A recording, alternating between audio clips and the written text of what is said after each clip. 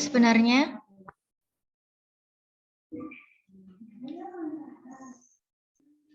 Nah, ini bab 9 dan hari ini 2 bab ya adik-adik ya, karena kemarin bab 9-nya belum selesai sehingga Ibu lanjutkan hari ini. Nah, ini statistika inferensial. Ini ya, jadi adik-adik setelah belajar ini paham konsep statistika inferensial itu seperti apa. Kemarin adik-adik sudah bisa menjelaskan ya apa itu statistik inferensial, bisa diulangi lagi apa ya? Statistik inferensial. Nah ini ya pembagiannya ya. Jadi ada yang deskriptif, ada yang menggambarkan, ada yang inferensial. Nah inferensial ini sudah adik-adik lakukan sebenarnya dengan uji normalitas, C-square, nanti adik-adik akan kenal yang lainnya lagi selain yang 2 itu lagi. Nah, deskriptif ini kita bagi menjadi 2. Kalau satu variabel yang dianalisis itu namanya univariat ya adik-adik ya. Nah, ini penyajiannya kalau distribusi normal pakai mean, standar deviasi. Kalau nggak normal Bu, nggak apa-apa, pakai median, modus atau kuartil, persentil, desil, dan lain sebagainya ya. Nah, yang bivariat juga sudah adik-adik lakukan yaitu cross tabulation. Nah, yang korelasi ini nanti belajarnya sama Bu Hapsaria. Nah ini sudah praktikum ya adik-adik ya, cross tab sampai keluar hasilnya ya, nanti kita konsultasikan lagi. Nah ini juga sudah dilakukan oleh adik-adik. Nah ini adik-adik berdasarkan distribusi, oh alhamdulillah Mas Dodik sudah masuk. Nah berdasarkan distribusinya, kenapa Ibu suruh pakai normalitas? Nah ini untuk mengetahui adik-adik ya, apakah tergolong parametrik, apakah tergolong non parametrik. Nah, disebut parametrik adik-adik itu kalau distribusinya adalah normal ya, mengikuti lonceng yang kurva begini itu ya. Lonceng distribusinya seperti itu normal, berarti datanya parametrik. Ini adalah untuk yang skala datanya adalah rasio atau interval ya adik-adik ya. Nah, kalau tidak berdistribusi normal kita sebutnya statistika non parametrik. Ini juga untuk kategori yang tidak berdistribusi normal, juga untuk data yang skalanya kategori adik-adik, bisa nominal, bisa interval, kita bisa menggunakan statistika non parametrik. Bu, tapi kalau data saya nggak normal, bisa dinormalkan dengan apa caranya di buku itu ada ya untuk menormalkan data pakai diakar, diapakan itu biar sampai normal bisa. Tapi kalaupun nggak normal, tetap kita bisa lakukan pengolahan dengan statistika non parametrik ya. Uji normalitas sudah dilakukan oleh adik-adik, tinggal konsultasinya saja ya. Nah ini adik-adik perbedaan statistika parametrik dan non-parametrik. Jadi kalau parametrik ini datanya harus data yang angka ya adik-adik ya, numerik. Skalanya bisa interval atau rasio. Harus berdistribusi normal, kurvanya normal. Kalau nggak normal Bu ya berarti masuk non-parametrik ini. Nah jadi asumsi parametrik itu harus terpenuhi dengan asumsi masing-masing pengujian, misalnya uji normalitas, uji homogenitas, seperti itu ya. Nah, untuk langkah-langkah uji homogenitas itu ada di buku yang abu-abu itu ya, Dedek ya. Nah, untuk kalau nggak normal, Bu, nggak apa-apa, masuk statistik non-parametrik. Jadi untuk data yang tidak normal, untuk data yang sifatnya adalah kategori ya, Dedek ya, seperti tadi skalanya nominal ataupun ordinal, kita bisa melakukan statistika non parametrik dan ini nggak perlu uji kayak normalitas gitu, nggak perlu ya Dade ya, karena kalau datanya kategorik wes otomatis distribusinya nggak normal ya. Kemudian asumsi parametrik juga kita nggak perlu kerjakan ya. Jadi untuk statistika non parametrik ini sebenarnya lebih mudah tapi perhitungannya sulit ya Dade ya. Tapi karena perhitungannya sulit kita sudah terbantu dengan SPSS. Nah ini pembagian untuk ilmu statistik ya Dade ya. Jadi kalau variabelnya satu saja yang dianalisis namanya analisis apa adik-adik? Ya, nah kalau ada 2 variabel yang kita analisis bivariat. Nah kalau lebih dari 2, 3, 4, 5, nah itu adalah analisis paham ya?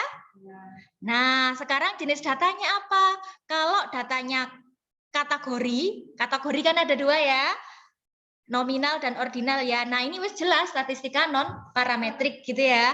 Akan tetapi kalau datanya interval atau rasio, nah kita uji dulu asumsi-asumsinya ya. Kalau memang berdistribusi normal, oke langsung masuk statistika parametrik. Kalau nggak normal, ya wis ke sini aja ya. Ke sini bisa, kita normalkan dulu bisa. Pakai transformasi data namanya ya. Transformasi data nanti adik-adik baca sendiri, caranya ada di buku yang abu-abu itu, Ghazali kalau nggak salah. Nah ini sudah dilakukan adik-adik ya ini ya uji normalitas ya. Langkah-langkahnya kan banyak sekali di buku ini ya, sampai cara bacanya juga ada. Nanti konsultasinya menyusul saja ya Adik ya. Ini teori saja ya, nggak apa-apa ya. Nah, ini Adik juga bisa lakukan nanti ya. Nanti Adik lakukan dari variabel Adik yang sudah diteliti itu mana sih yang kira-kira masuk statistik parametrik, mana yang non parametrik. Ini gampang sekali ya. 5 menit selesai ini nanti. Sekarang apa nanti? Nanti aja ya, takut nggak nutut ini waktunya. 5 menit selesai nih. Nah, ini Adik pengertian dari statistika inferensial. Jadi kita ada populasi, ada sampel. Jadi kan nggak mungkin kan kita neliti semua populasi ini, kita ngambil sampel. Nah, kita uji sampel ini, nanti kita buat kesimpulan itu, kesimpulan sampel itu ya kesimpulan populasi ini. Gitu ya Adik ya prinsipnya. Jadi ini teknik untuk menganalisis data sampel. Jadi yang kita analisis itu cuma data sampel aja Adik ya. Nah, hasilnya kita berlakukan untuk populasi. Nah, akan tetapi syaratnya, maka teknik pengambilan sampel ini harus betul-betul baik ya Adik ya. Harus dilakukan secara acak random. Nah, ini adalah statistika induktif. Kenapa induktif?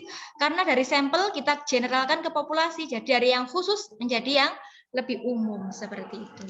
Inferensial. Nah, jadi apa saja ya komponen statistika inferensial ini? Apa saja Adik? Harus ada apa? Iya, populasi. Nah, populasi itu apa sih Adik-adik?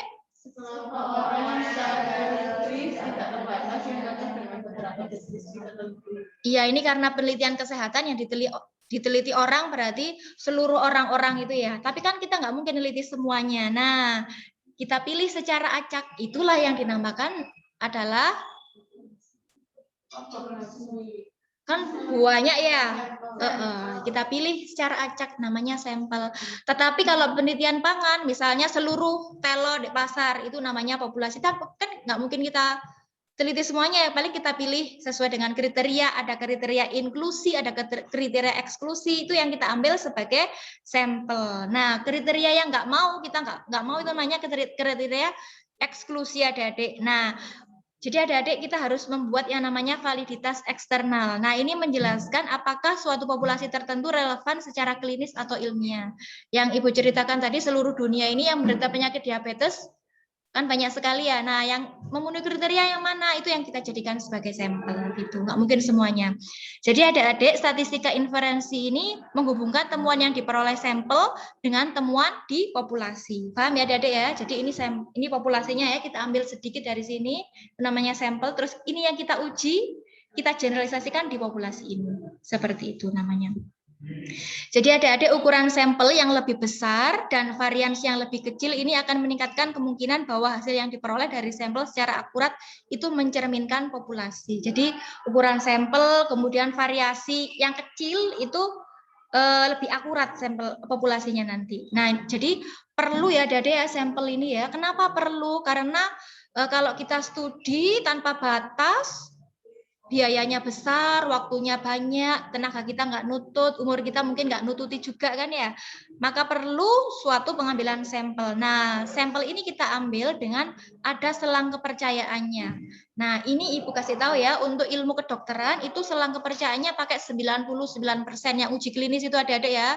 Jadi 1%, kesalahannya 1%. Tetapi untuk ilmu seperti kita ya, gizi, kemudian sosial, ilmu pengetahuan alam itu 5% saja boleh ya kesalahannya. Jadi salahnya 5%, betulnya 95%. Kan nggak mungkin benar semuanya kan, soalnya kita ngambilnya sampel, digeneralisasikan ke populasi. Jadi kan benernya itu kan nggak mungkin 100% ya. Kalau kita ngambil seluruh populasi ini bisa betul 100%, tapi karena kita ambil cuplian dari ini kan nggak mungkin 100% betul. Itu mesti ada kesalahannya ya Adik ya. Nah, untuk ilmu medis kesalahannya harus 1%. Kayak kedokteran gitu yang menyangkut nyawa manusia itu 1%. Tapi kalau untuk gizi, masyarakat, sosial, alam, biologi itu 5% saja boleh. Dan ini tingkat kepercayaannya adalah 95% betul ya statistika kita, tapi 55%-nya adalah salah.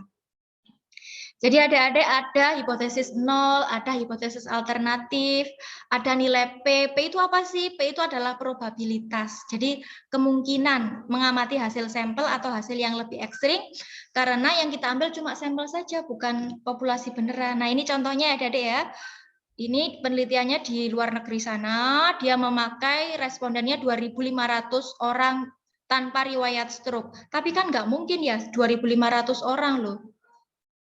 Mau diuji, ternyata yang diambil sampel adalah 248 seperti ini. Nah, itu adik-adik bisa baca di buku epidemiologi itu ya, lebih jelasnya ya. Jadi ada persyaratan dari 2.500 tadi itu loh adik-adik. Ini ada persyaratan-persyaratannya. Jadi umurnya harus lebih dari 18 tahun. Kemudian paru-parunya ini stabil, nggak ada gangguan atau penyakit liver atau ginjal. Kemudian tidak ada perubahan selama perlakuan. Nah, yang memenuhi dari 2.500 orang tadi susut karena ada kriteria inklusi tadi, ada validitas tadi, sehingga yang terambil adalah 248. Paham ya adik-adik ya? Jadi kita punya ini namanya. Ini Ibu ambilnya dari buku yang epidemiologi itu. Nah, ini Ibu ambil dari buku yang lainnya adik-adik ya. Jadi populasinya seluruh siswa SDN DKI Jakarta jumlahnya 10.000, wah nggak mungkin ya kita teliti sebanyak itu. Nah, kita ambil sampel dengan berbagai kriteria yang kita tetapkan, sehingga sampelnya adalah cuma 200. 200 kan insya Allah bisa ya. Nah, maka dari itu adik-adik pengambil sampel itu harus acak, harus benar ya, harus pakai teknik-teknik yang sudah dipelajari oleh adik-adik ini. Tidak Ibu jelaskan lagi. Nah, ini adik-adik perbedaan jenis data ya. Data itu ada 4 skalanya. Ada nominal dan ordinal, ini kategorik. Yang interval sama rasio ini numerik angka ya adik-adik ya. Ini bisa membedakan, tapi kalau sama aja nggak ada bedanya sederajat itu nominal ya adik-adik ya, jaraknya tidak mempunyai nol mutlak. Nah, kalau punya nol mutlak rasio. Kalau nggak punya interval. Kalau ada tingkatan ordinal. Gitu ya. Gampang sekali. Nah, ini yang Ibu bilang tadi dari 2.500 keambil 248 ya. Karena ada ini external validity, validitas eksternal. Jadi ini sebenarnya adalah sangat subjektif sekali adik-adik ya, itu bukan kata-kata matematis seperti itu, tapi itu adalah peneliti sendiri yang membuat, mendeskripsikan kriteria relevan secara klinis dan ilmiah. Oh, aku nanti ngambil sampelnya yang memenuhi kriteria gini gitu ya. Seperti itu. Nah, peneliti yang berhak menentukan, oh ini layak dijadikan sampel, ini nggak layak. Seperti itu. Kalau tidak memenuhi kriteria berarti adalah kriteria eksklusi. Kalau memenuhi kriteria berarti kriteria inklusi. Nanti peneliti sendiri ada yang membuat kriteria-kriteria ini ya. Misalnya ya, kalau kakak kelas dulu Mbak Mary penelitian tentang apel itu ya, dipilih apel yang segar, yang tidak busuk, berarti yang segar ini inklusi, ada yang busuk eksklusi, seperti itu ya. Nah, ini digunakan untuk memutuskan apakah layak dijadikan sampel atau tidak. Ini ya peneliti yang membuat kriterianya ya adik-adik ya. Nah, hari ini kita belajar tentang statistika inferensi. Jadi adik-adik sampel itu dipilihnya kan secara acak ya. Nah, walaupun kita pilihnya secara acak, tapi kan nggak mungkin 100% akurat tadi ya. Pasti ada kesalahan itu. Nggak mungkin 100% benar, itu nggak mungkin. Ya kan, namanya manusia, namanya uji. Jadi ada itu, p-value, selang kepercayaan itu selalu ada. Nah, kemudian jarang sekali ada peneliti yang meneliti seluruh populasi, kecuali ya penelitiannya pemerintah sensus penduduk itu ya, itu meneliti seluruh populasi karena memang ada dananya ya. Tapi kalau ilmuwan seperti kita ini nggak mungkin meneliti semuanya, jadi harus pakai sampel itu ya, harus tahu caranya pengambilan sampel seperti apa. Jadi adik-adik ukuran sampel itu bersifat intuitif. Jadi sampel yang lebih besar itu akan lebih mewakili yang mendasari populasi. Jadi kalau misalnya ini populasinya, kita ambil sampelnya separuh itu kan lebih akurat ya jika dibandingkan kita ngambilnya cuma segini itu ya. Ini harus acak ya, maksudnya ngambilnya ada yang di sini, ada yang di sini, ada yang di sini, ada yang di sini, seperti itu.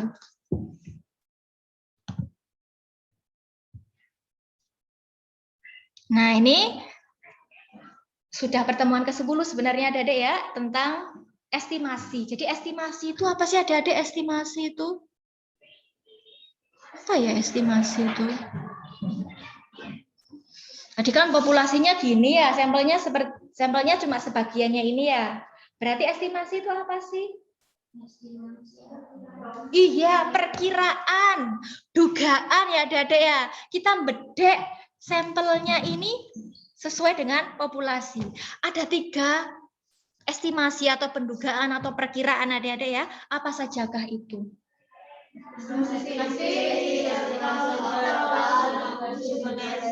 Nah, kalau estimasi titik, ini contohnya Adik-adik ya. Jadi rata-rata sampel itu kita anggap sebagai rata-rata populasi. Mean sampel kita anggap sebagai mean populasi. Median sampel kita anggap sebagai median populasi. Jadi itu titik satu parameter atau satu kriteria saja. Modusnya sampel dianggap sebagai modusnya populasi. Gitu ya. Paham ya Adik-adik ya? Paham apa belum? Paham apa belum? Yang titik itu contohnya ya, rata-ratanya sampel kita anggap, kita perkirakan setara dengan rata-ratanya populasi, gitu ya. Paham ya? Itu titik ya, satu nilai ya. Paham ya? Nah, kalau interval ini ada rentangannya. Misalnya uang saku kemarin kan ada neliti uang saku ya, itu kan pakai interval ya 10.000 sampai 20.000. Itu kan ada intervalnya ada Dek ya. Itu yang namanya adalah estimasi interval. Tapi kalau titik rata-ratanya 5 ya wis iku gitu kan ya. Tapi uang saku 10.000 sampai 20.000 itu interval, ada rentangannya. Paham ya? Itu estimasi interval. Oh, Mas Dodi. Itu mau berarti anu ya? Oh, gitu. Sinyalnya di sini. Tapi jangan khawatir Mas Dodi, ada ininya kok, ada rekamannya, nanti bisa lihat di YouTube ya Mas Dodi ya. Nanti Ibu share. Ya, Bu. Keluar tadi. Ya, Bu. Ya, kita lanjut ya.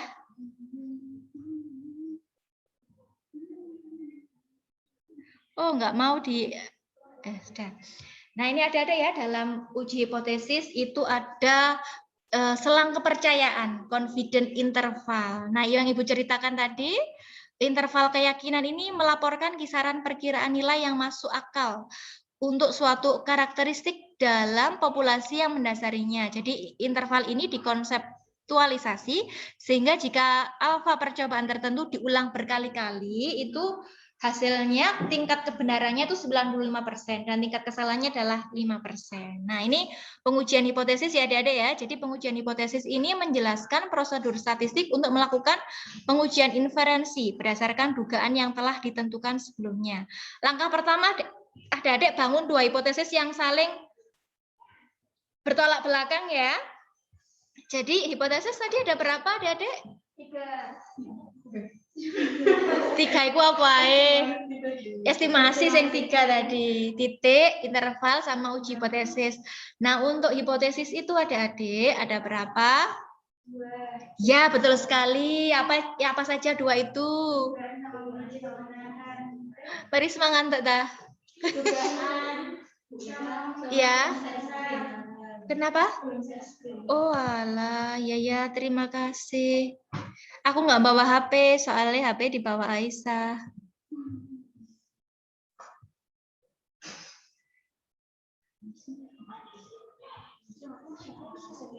Oh ya, maaf ya Mas Dodi. Itu ya, Bu. HP. Anteng. Ya 2 ya ada hipotesis. Apa saja 2 itu? Loh. Hipotesis ada 2, yaitu hipotesis 0 dan hipotesis alternatif gitu. Ada 2 hipotesis. Dek kene ono kayak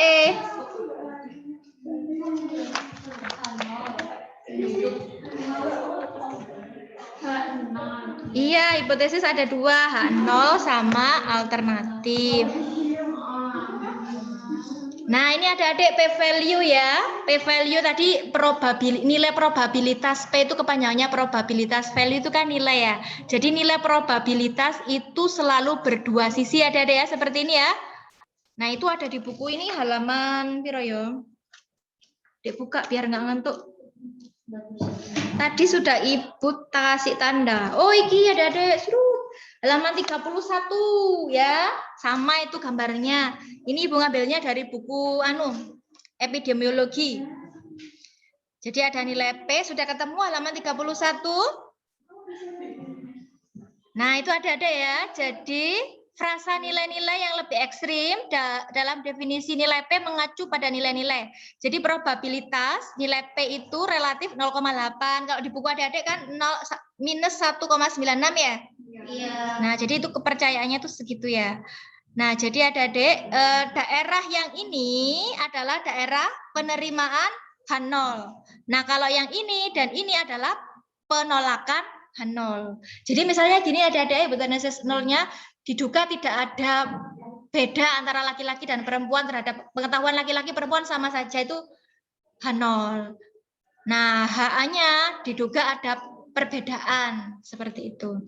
Jadi kalau penerimaan H0 itu yang ini adik-adik ya, kalau penolakan yang ini. Sudah paham ya? Jadi adik-adik, jika nilai probabilitas ini kecil ya, misalnya di bawah 0,005 gitu ya, yang kemarin adik-adik, oh belum ya, uji square nanti kita analisis ya. Kemudian menolak hipotesis 0 yang menyatakan bahwa studi alternatif hipotesis tentang mendasarinya populasinya mungkin benar. Intervalnya adalah 95% ya benarnya. Jadi tingkat kesalahannya itu 0,05%.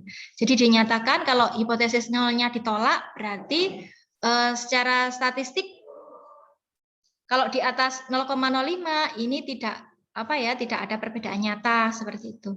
Tidak signifikan secara statistik. Nanti kalau ini bingung adik-adik langsung praktek aja ya setelah ini.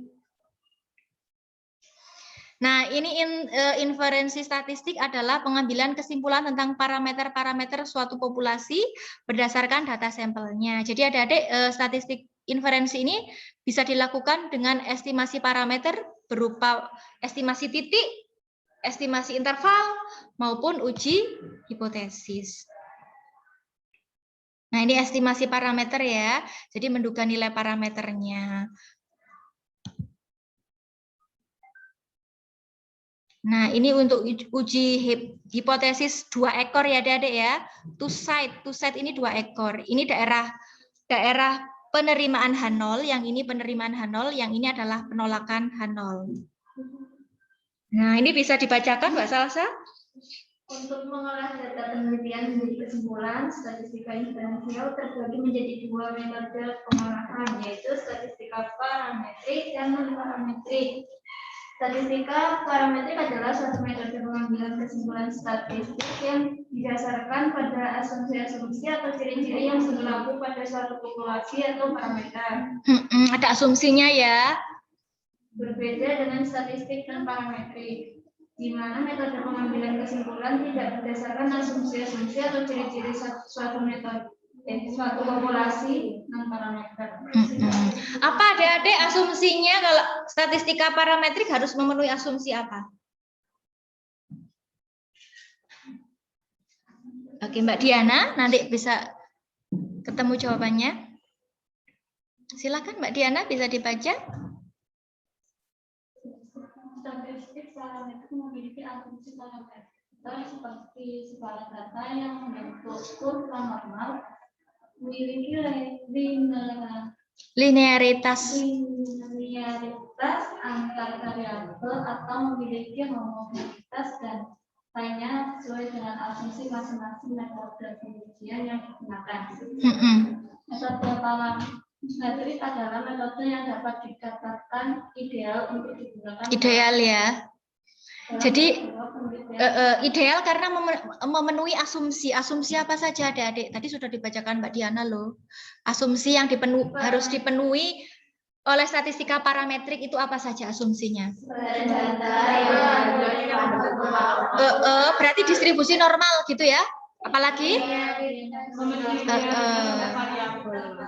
Terus? 3 ya adik-adik ya? Bisa dihafal ya, 3 ya. Yang pertama berdistribusi normal, kedua linier, ketiga homogen. Wes iku ya kuncinya ya, statistika parametrik itu ideal. Nah, sekarang bagaimana kalau non parametrik Mbak Ana? Bisa dibacakan Mbak Ana? Lalu bagaimana dengan statistika non parametrik Mbak Ana? Ada ya Mbak Ana ya? Jadi bagaimana? Biasanya dalam suatu penelitian kita menemukan berbagai jenis problem atau masalah, baik itu tidak adanya linearitas antar variabel maupun jenis data yang kita gunakan berjenis kategori, itu nominal dan ordinal, serta data yang tidak memenuhi homogenitas. Kemudian parameter. Nggak mungkin ya dilakukan lagi ya, karena asumsi tadi 3 nggak terpenuhi ya Mbak Ana ya. Silahkan Mbak Ana dibaca lagi. Penggunaan parametrik menjadi sesuatu yang tidak mungkin akibat salah satu atau beberapa dari asumsi tidak terpenuhi. Sehingga non-parametrik menjadi suatu solusi alternatif hipotesis atau dugaan dari suatu penelitian. Selain itu, nah ini juga lah adik-adik ya. Juga digunakan untuk penelitian dengan jumlah sampel di bawah 20 orang. Jumlah sampel yang terlalu kecil akan menyebabkan penyebaran data tidak normal. Iya, itu ya adik-adik ya, kurang dari 30 ya wes non parametrik, soalnya datanya tidak normal, sampelnya terlalu kecil gitu ya. Adik-adik berapa kemarin sampelnya? Berapa orang? 55. Oh, 55 masih bisa ya, nanti kalau pakai uji normalitas lumayan ya. Sekarang ini ada adik peran dan fungsi statistika inferensial, apa sajakah peranannya? Mengumpulkan data.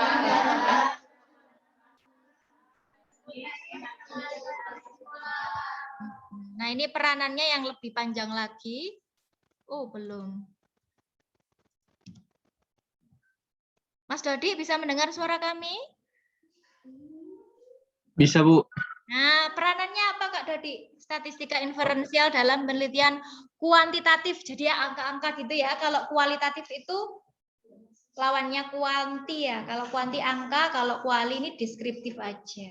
Silahkan Kak Dodi, peranannya apa? Peranannya yang pertama adalah sebagai dasar dalam menyusun model atau persamaan teoretis.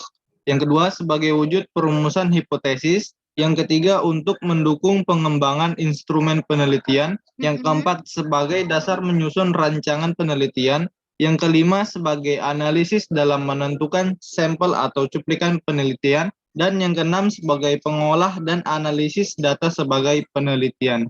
Nah, itu adik-adik ya, makanya ketika kita mengembangkan, sebenarnya adik-adik ya, ketika adik-adik melakukan penelitian kemarin itu harusnya diuji validitasnya dulu, tapi kita kan enggak ya, karena apa, kita kan bukan penelitian sesungguhnya, kita cuma pengen dapat data, terus pengen belajar ngolahnya gitu ya. Tetapi seharusnya dalam penelitian yang sebenarnya itu, instrumennya tadi harus divalidasi ya, nggak boleh sembarangan. Ini sudah ditanyakan kemarin ya sama Mas Dodi ya mengenai validitas instrumen. Jadi adik-adik kalau ada kesalahan apa-apa dalam pengolahan, yang salah bukan pengolahannya, tetapi yang disalahkan adalah pengambilan sampelnya. Seperti itu, cuplikannya kurang tepat dan lain sebagainya.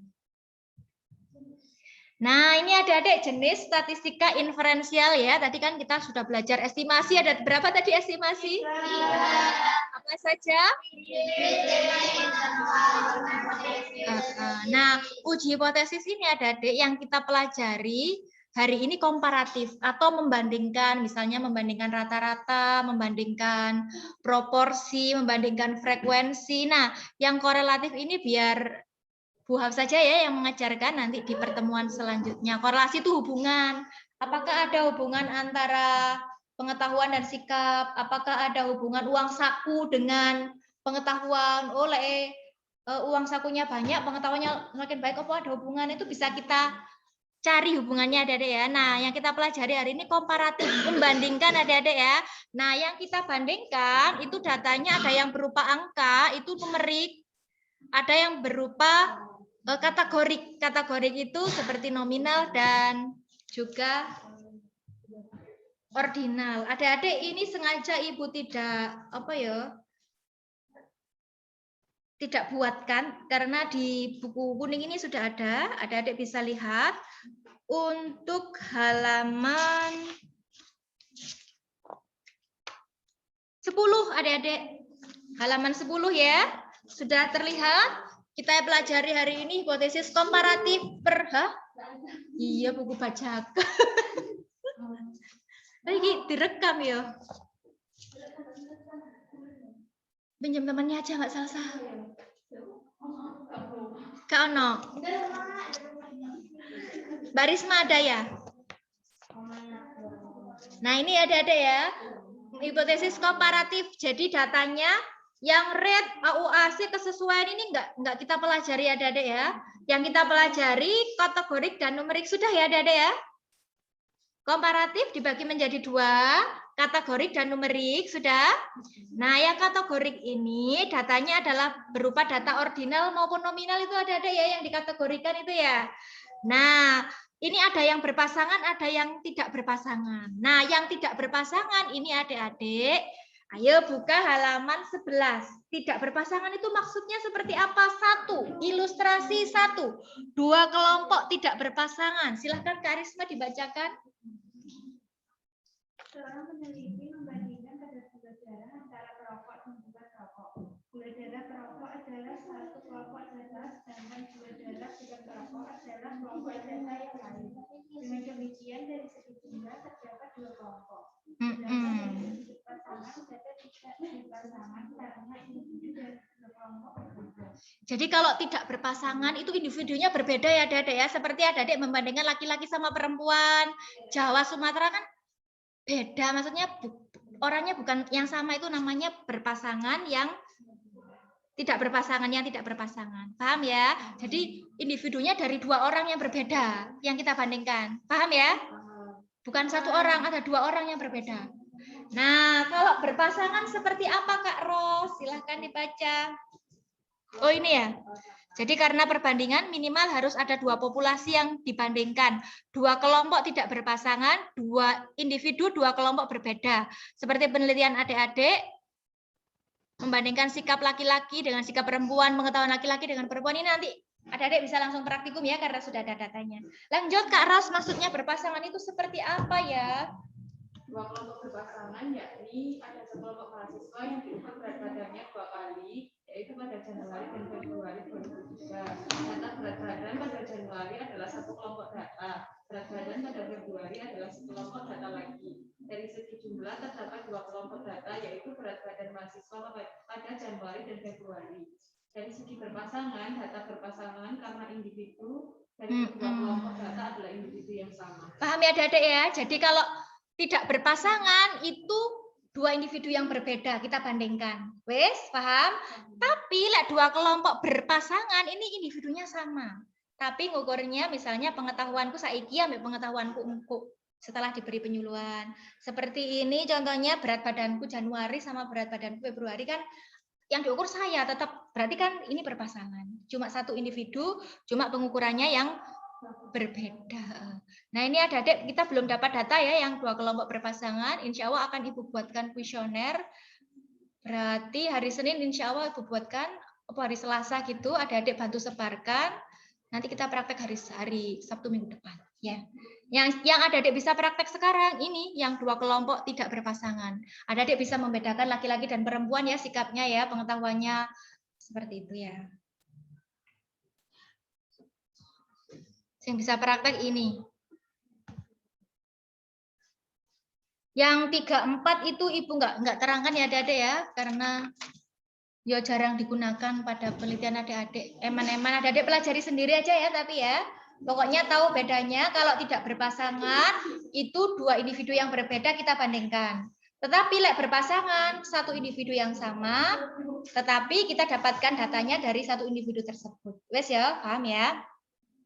Nah, sekarang yang numerik adik-adik yang angka tidak berpasangan ya ini bisa dipraktikumkan hari ini adik-adik ya, yang ini ya. Jadi lihat buku Dahlan halaman 12. Nah, numerik yang tidak berpasangan. Kita ini harus tahu datanya ini normal atau tidak, masuk statistika parametrik atau non parametrik ya. Sudah ya adik-adik ya. Jadi kita fokus yang di 2 kelompok ya, yang lebih dari 2 kelompok ini kita nggak pelajari nggak apa-apa ya, tapi adik-adik kita nggak praktekkan maksudnya. Kita pelajari yang 2 kelompok ini adik-adik ya. Ada pengukurannya 1 kali, ada yang lebih dari 1 kali. Tetapi adik-adik kan mengukurnya cuma 1 kali ya kan? Iya kan? Ya. Nah adik-adik uji normalitas ya, normal atau tidak ya. Karena datanya adalah data numerik ya adik-adik ya, yang apa ada angkanya tadi. rasio atau interval itu ya. Nah, kalau normal, varian sama itu ujinya adalah t-test. Gitu ya, Dade ya. Langkah t-test ada di buku yang abu-abu itu ada langkah t-test. Nah, kalau normal tetapi variannya berbeda, maka untuk mengetahui varian atau sama atau tidak ini Adik-adik bisa lakukan uji homogenitas. Uji homogenitas ada di buku yang kuning itu ya, langkahnya di SPSS ya. Ada itu. Nah, kalau variannya berbeda, adik-adik gunakan t-test tidak berpasangan untuk varian yang sama. Paham ya adik-adik ya? Nah, kalau tidak normal Bu, pakai Mann-Whitney. Kalau mau menormalkan bisa ya, data tidak normal kita normalkan bisa. Jadi bisa melakukan yang namanya transformasi data. Transformasi bisa menggunakan fungsi log, akar kuadrat, atau metode yang lainnya. Seperti itu ya. Bagaimana cara transformasi data? Ada juga caranya di buku yang abu-abu itu ya. Tahapannya, langkah-langkahnya diapakan dulu datanya, ada langkah-langkah per langkahnya kok. Nah, kemudian komparatif numerik berpasangan Ibu nggak terangkan sekarang dulu ya, karena kan kita nggak punya datanya, minggu depan aja ya. Ini nggak Ibu terangkan dulu. Nah, ini kategorik yang tidak berpasangan. Ini adik-adik langsung bisa praktikum hari ini ya. Praktikumnya kita lihat halaman 15. Sebenarnya adik-adik sudah melakukan ini. Pakai Chi-square kemarin itu kan keluar Chi-square. Yaitu. Tinggal analisis hasilnya. Chi-square yang cross-step itu loh. Itu ya. Dahlan halaman 15 ya adik-adik ya. Jadi kategorik ini bisa adik-adik lakukan, ada tabel 2x2, barisnya ada 2, misalnya laki-laki perempuan, baik pengetahuannya baik kurang gitu kan bisa ya. Ada yang tabelnya 2x3 dan lain sebagainya.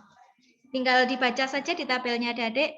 Jadi adik-adik untuk membandingkan kategori yang tidak berpasangan, kalau datanya data nominal atau ordinal adik-adik kita bisa pakai Chi-square. Chi-square sudah adik-adik buat kemarin, tinggal dianalisis aja ya hasilnya hari ini ya. Tinggal di copy ke PPT kemudian diinterpretasikan hasilnya ya. Adik-adik coba dulu menginterpretasikan hasilnya berdasarkan nilai expected ya adik-adik ya. Jadi kan ada nilai kon, hitungan ada nilai expected kon itu kan ya kemarin ya adik-adik ya. Nah, adik-adik kalau minimal 20% dari sel itu nilai expected-nya kurang dari 5 sel ya. Berarti menggunakan Chi-square for proportion ini. Adik baca dulu terus coba dulu ya. Nanti kalau nggak bisa baru konsulkan ke Ibu ya adik-adik ya. Untuk yang Chi-square ini tinggal menganalisis sudah dilakukan oleh adik-adik. Ini sudah selesai. Nah, jadi ini adik-adik hipotesis 0, nilai P dan interval kepercayaan. Jadi membandingkan data yang kategori, data yang penggolongan saja seperti data nominal atau interval, itu hipotesis 0-nya proporsi A sama dengan proporsi B. Tetapi kalau datanya numerik, berdistribusi normal, rata A sama dengan rata B, seperti itu. Nah, sekarang hipotesis alternatifnya berarti proporsi A tidak sama dengan proporsi B, rata A tidak sama dengan rata B, tergantung nilai P.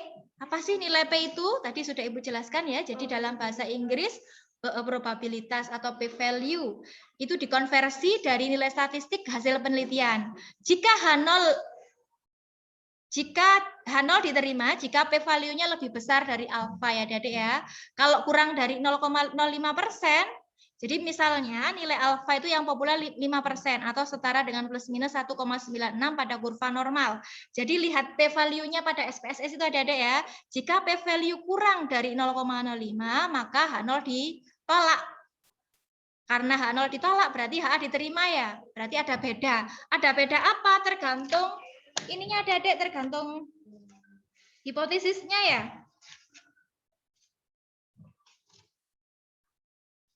Ada di halaman berapa ya? Nah ya.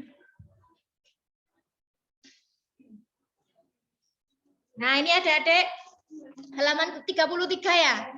Kalau Kalau uji T tidak berpasangan, maka terdapat beda rata antar dua kelompok, seperti itu. Akan tetapi jika p-value lebih dari 0,05 berarti H0 diterima. Maka tidak ada bedanya antara proporsi A dengan proporsi B. Untuk interpretasi adik baca halaman 33 ini ya, lebih lengkapnya lagi. Oh, ini sudah selesai adik-adik.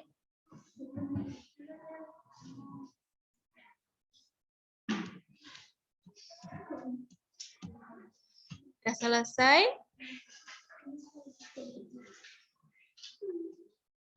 Kak Dodik punya buku yang kuning itu ya Kak Dodik ya? Oh, lah ini gak bisa praktikum lah. Niki langkah-langkahnya ndek gini kabeh.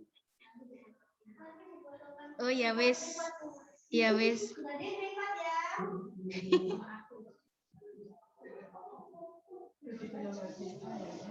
Apa dalam hati ya?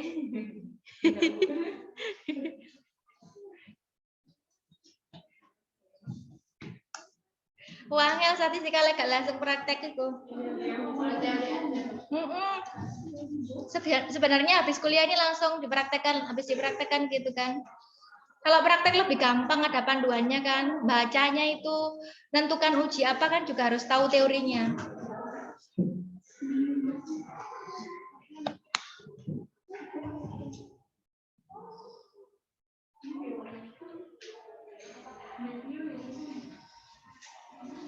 Ini kok bisa lama ya sama Mas Dodik ya? Biasanya 40 menit kan mati ya?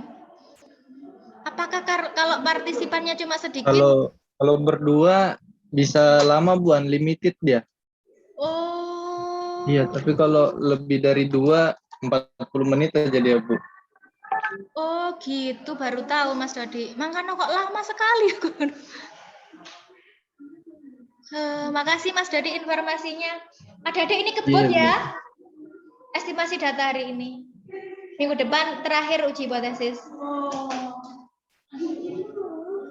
Siap? Estimasi data. Jadi adik-adik setelah mata kuliah ini bisa memahami dan menganalisa estimasi data. Bahan kajiannya apa ini? Mbak Bocil, Mbak Fani? Bahan kajiannya ada konsep estimasi, perbedaan poin estimasi dan interval estimasi, perbedaan estimasi satu populasi dengan dua populasi, contoh estimasi satu populasi dan dua populasi. Apa adik-adik tadi konsepnya estimasi? Ayo apa? Apa?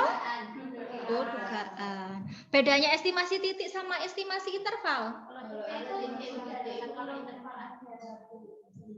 Ya wis Mbak Adel sih wis, Mbak Adel sih.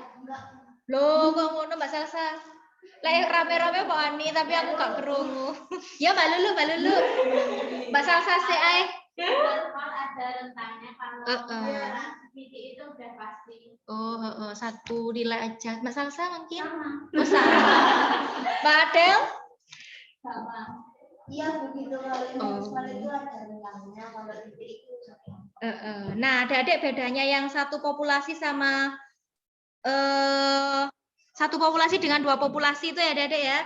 Kalau satu populasi itu contohnya adalah kayak tadi ya, yang berpasangan tadi ya, satu individu. Nah, kalau dua populasi berarti tidak berpasangan yang membandingkan dua populasi tadi. Paham ya adik-adik ya? Apa bingung ya? Gini adik-adik. Kan tadi ada yang berpasangan, ada yang tidak berpasangan ya, yang dibacakan oleh Mbak Rosita tadi loh. Nah, kalau berpasangan itu satu individu tapi ngukurnya 2 kali. Itu jenenge satu populasi, Dek. Ya, kan satu orang. Paham ya? Nah, yang tidak berpasangan tadi orangnya kan beda ya. Ya kan? Yang tidak berpasangan, tapi orangnya beda. Nah, itu 2 populasi. Paham? Aku sih bingung. Paham ya? Paham. Kamu kok paham? Bismillah. Ini tetap tadi adik ya. Statistika ada 2, boleh ini terus iling. Apa? Statistika ada 2 apa? Bedanya apa? Deskriptif sama inferensial ini. Ya silahkan Mbak Ninda.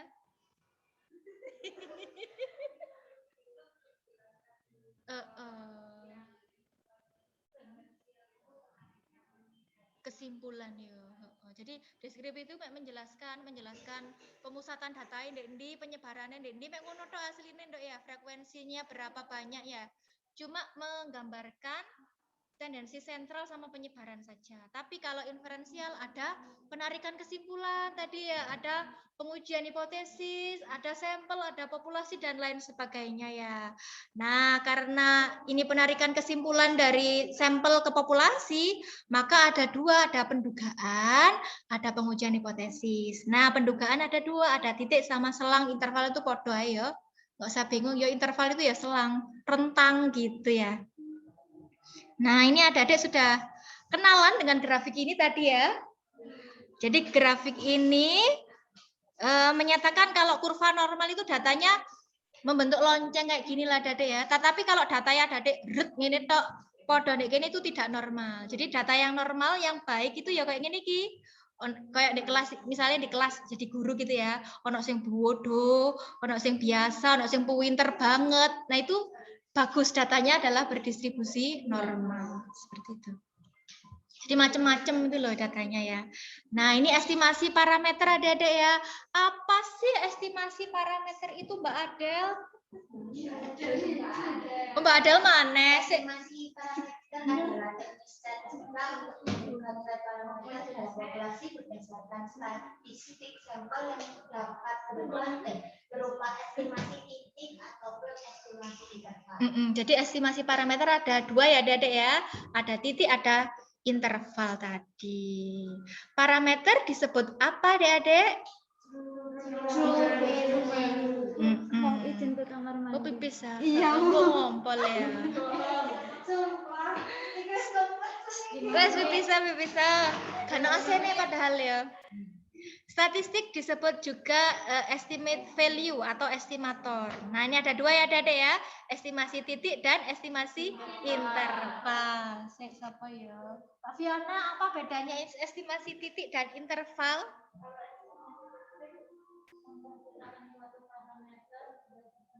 Iya, satu nilai saja, misalnya rata-rata mediane gitu ya.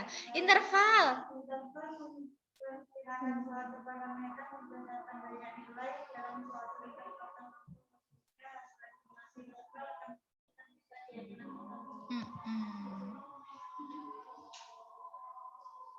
Nah, jadi ada dua kegiatan adik-adik ya dalam statistika inferensial. Apakah saja Kak?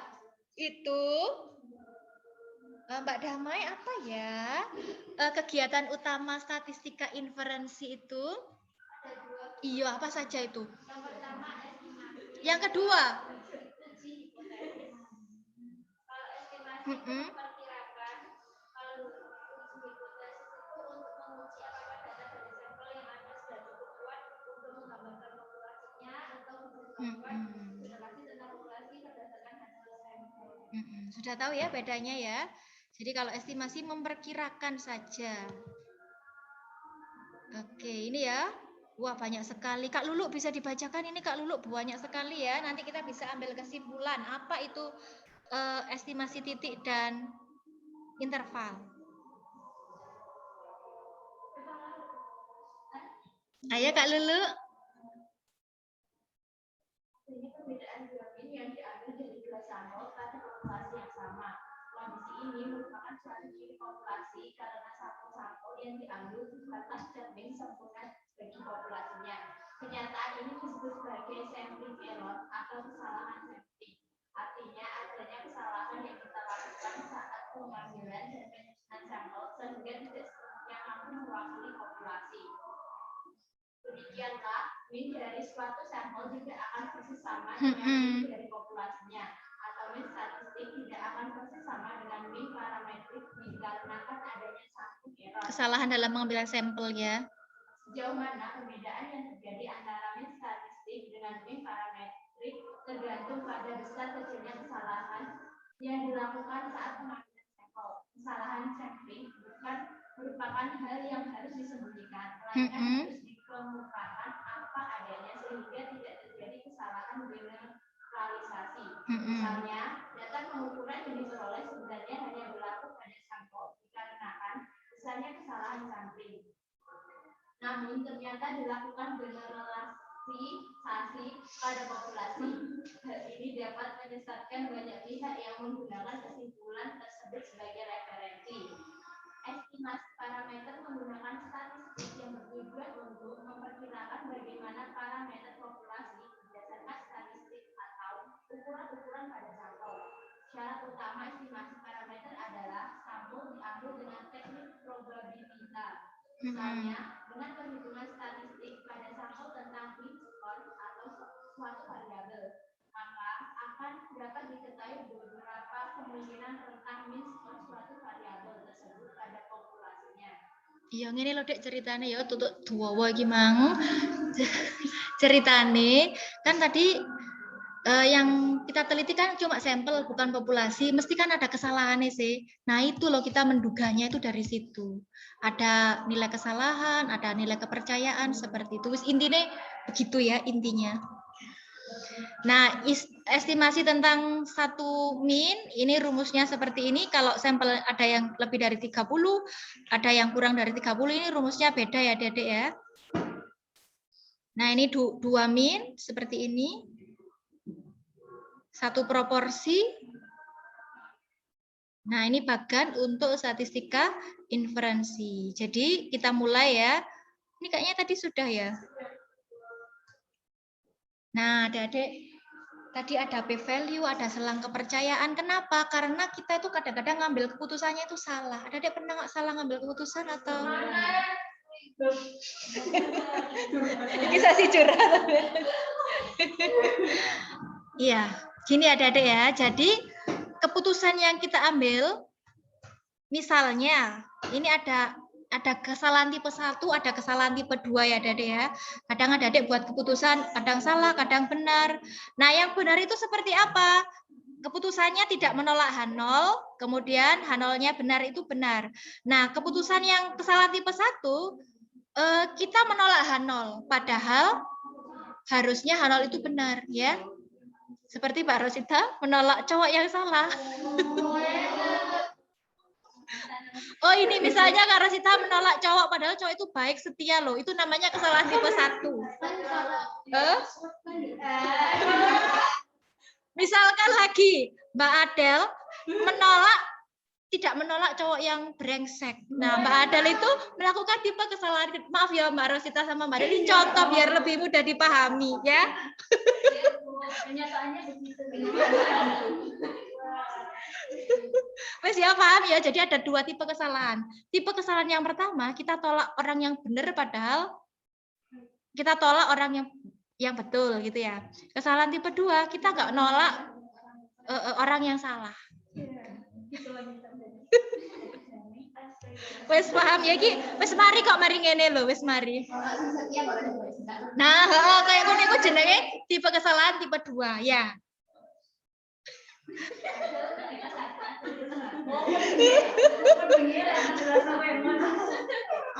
Wes ya, paham ya?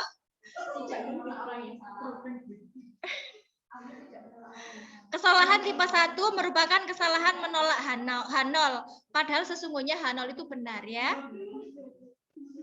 Artinya adik-adik itu menyimpulkan adanya perbedaan padahal sesungguhnya tidak ada perbedaan. Nah, peluang kesalahan ini disebut tipe 1. Kemudian sebaliknya, peluang untuk tidak membuat kesalahan tipe 1 sebesar 1 kurang alfa ini disebut tingkat kepercayaan confidence level. Tingkat kesalahan 2 ini merupakan kesalahan yang tidak menolak H0. Padahal sesungguhnya H0 ini salah. Artinya menyimpulkan tidak ada perbedaan. Padahal sesungguhnya ada perbedaan. Seperti itu ya. Sudah paham ya? Ini sudah habis. Tinggal praktikum. Praktikumnya yang pertama ada uji normalitas dulu. Uji komparatif tadi ya. Yang pertama komparatif untuk yang tidak berpasangan ya adik-adik ya. 2 kelompok, 1 kali pengukuran normal, varian sama atau tidak ini ya. Pakai t-test atau main width-nya ini ya. Coba adik-adik ini konsultasikan ke ibu dulu, baru dilakukan ujinya ya, biar nggak salah. Yang kedua adalah chi-square ini adik-adik ya. Komparatif kategorik tidak berpasangan. Ini adik-adik sudah buat, tinggal analisis saja, post hoc dan segala macam. Ini bisa dilakukan. Yang halaman 12 ini adik-adik konsulkan dulu ya, jangan dikerjakan dulu. Dikonsulkan dulu sekarang boleh, coba dulu kerjakan. Jadi ada 3 tugas ya. Yang pertama ada adik buat dari variabel yang kemarin itu 10 itu, oh ini masuk parametrik, oh ini masuk non parametrik, itu dikonsulkan sekarang ya. Wes, selamat bekerja. Kak Dodi, hari ini Ibu akhiri, kurang lebih mohon maaf. Semoga apa yang kita pelajari bermanfaat ya Kak Dodi ya.